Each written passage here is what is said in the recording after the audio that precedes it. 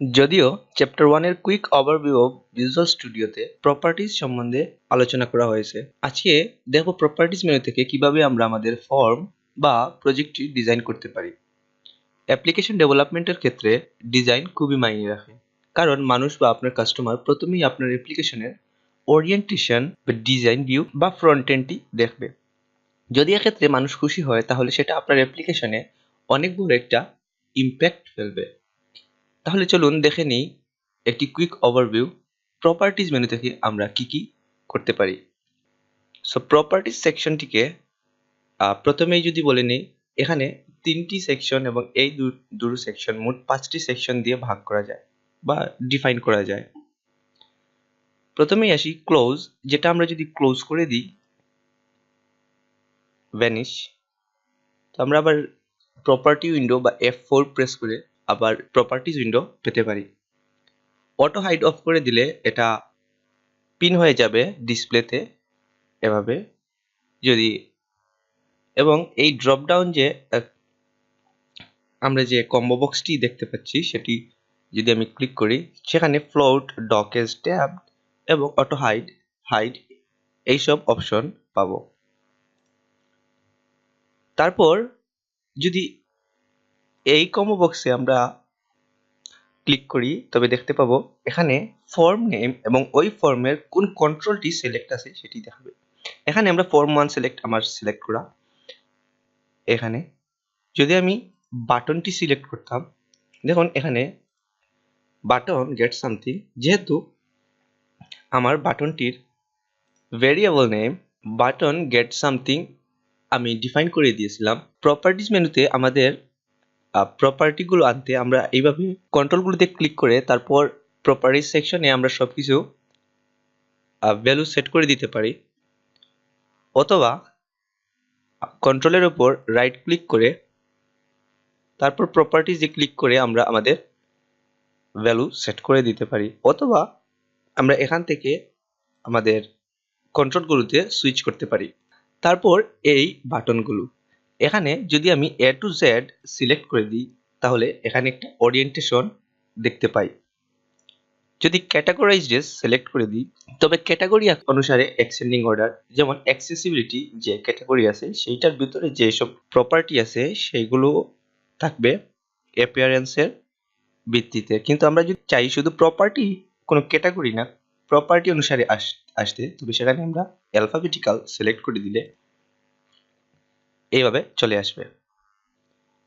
Properties যদি আমরা select করে দিই, তাহলে সেখানে আমরা টেক্সট বা এইসব প্রপার্টিজ গুলো দেখতে পাই। তারপর যদি ইভেন্ট সেকশনে ক্লিক করি, তবে আমরা দেখতে পাই এখানে click, client size change, context menu strip change, control added, control remove, এইসব ইভেন্টগুলো দেখতে পাই। তো প্রপার্টিজ উইন্ডো এভাবে ভ্যালুগুলোকে ম্যানিপুলেট করতে ব্যবহার করা হয়।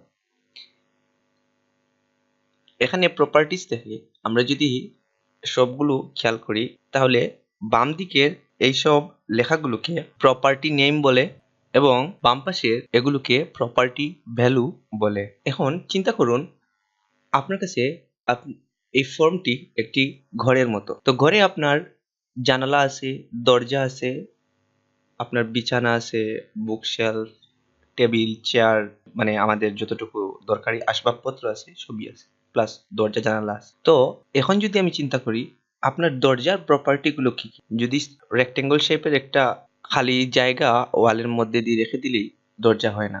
দরজা হতে হলে একজন অ্যাটলিস্ট 6 ফিট বা 7 ফিট লম্বা একজন মানুষ যাতে এই জায়গা দিয়ে অতিক্রম করতে পারে, তবে আমরা এটাকে দরজা বলে ডিফাইন করি। তো এই দরজার প্রপার্টি হলো, যদি আমি ধরি 6 ফিট or 7 ফিট এরকম হাইট থাকবে এবং উইড যেটা আছে সেটা এইরকমই থাকবে, যাতে অনেক বড়সড় মানুষ বা অনেক বড়সড় আসবাবপত্র ওই দিক দিয়ে ঢুকানো যায়। তো এইভাবে আমাদের এখানে আরো গড়েরও প্রপার্টি আছে, যেমন গড়ের ফ্লোর থাকতে হবে, চারদিকে ওয়াল থাকতে হবে, উপরে ছাদ থাকতে হবে। এইসব প্রপার্টি গুলো না থাকলে এটাকে আমি গড় বলতে পারি না। সিমিলারলি এখানেও আমাদের প্রতিটা অবজেক্টের প্রপার্টি আমরা এখান থেকে প্রপার্টি ভ্যালুগুলো বসিয়ে দিতে পারি এবং কোনো কোড করা ছাড়া, আমাদের কোনো কোড করতে হবে না, এগুলো চেঞ্জ করে দিতে। তো প্রথমেই আসি আমরা ডাটা বাইন্ডিং, যেটা এক্সপ্যান্ড করলে আমরা দেখতে পারি এখানে কিছু ট্যাগ টেক্সট দেয়া আছে। তো বাই ডিফল্ট এই ট্যাগগুলোতে বা এই ফিল্ডগুলোতে কোনো ভ্যালু দেয়া থাকে না, কারণ বেশিরভাগ প্রপার্টিগুলোই আপনার প্রোগ্রামের সেটিং এর উপর নির্ভর করে। ধরুন আপনি আপনার মেনু প্রপার্টি তখনই বসাতে পারবেন যখন আপনি একটি মেনু ক্রিয়েট করবেন। নেম ভেরিয়েবল হিসেবে ধরা হয়, যেমন আমি আমার বাটনের variable name button get something এরকম একটি ভেরিয়েবল ডিক্লেয়ার করেছি। তারপর আমরা দেখতে পারি অ্যাক্সেসিবল রুল, যেটা মেনু বার স্ক্রল গ্রিপ কিরকম ধরনের রুল হবে, অ্যালাউ ড্রপ, অ্যাঙ্কর সিলেক্ট করে দিতে পারি, অটো এলিপস ট্রু বা ফলস করে দিতে পারি, auto size mode, back colour থেকে আমরা কাস্টম কালার চুজ করে দিতে পারি, ওয়েব কালার অথবা সিস্টেম কালার চেঞ্জ করে দিতে পারি, অথবা কোনো ব্যাকগ্রাউন্ড ইমেজ সেট করে দিতে পারি। ব্যাকগ্রাউন্ড ইমেজ লেআউটটি কিভাবে হবে সেটি ডিফাইন করে দিতে পারি, সেন্টার স্ট্রেচ বা জুম হবে, causes validation, context menu strip, এটাতে আমি কনটেক্সট মেনু স্ট্রিপের কোনো অ্যাকশনের সাথে অ্যাড করে দিতে পারি, cursor, dialog result dock, flat অ্যাপিয়ারেন্সে বর্ডার কালার, বর্ডার সাইজ, আর মাউস ডাউন ব্যাক কালার এবং মাউস ওভার ব্যাক কালার। এটা হলো আমি যদি এখানে বাটনটিতে ক্লিক করে বসে থাকি এক ধরনের কালার আসবে, এবং যখন আমি এটাকে আমি এখন কিন্তু আমার মাউসটিকে প্রেস করে ধরে রয়েছি, যদি ছেড়ে দিই তাহলে সেটা ওভার ব্যাক কালার হবে, বা মাউস ওভার ব্যাক কালার একটি চেঞ্জ হওয়ার জন্য আমরা কালার দিয়ে দিতে পারি। তারপর এখানে ফন্ট আছে, ফন্ট চেঞ্জ করে দিতে পারেন। তারপর লোকেশন সেট করে দিতে পারেন, আপনার ফর্ম বা আপনার বাটন যে কন্ট্রোলটি নিয়ে কাজ করছেন সেটির লোকেশন সেট করে দিতে পারেন।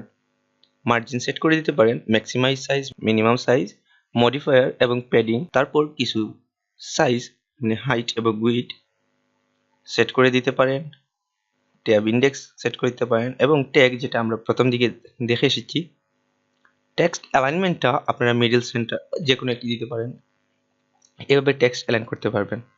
যেটি টপ, যদি আমি টপ দেই এই বক্সের টপে চলে যাবে, তারপর রাইট, সেন্টার, সো এইভাবে অ্যালাইনমেন্টটা করে দিতে পারবেন।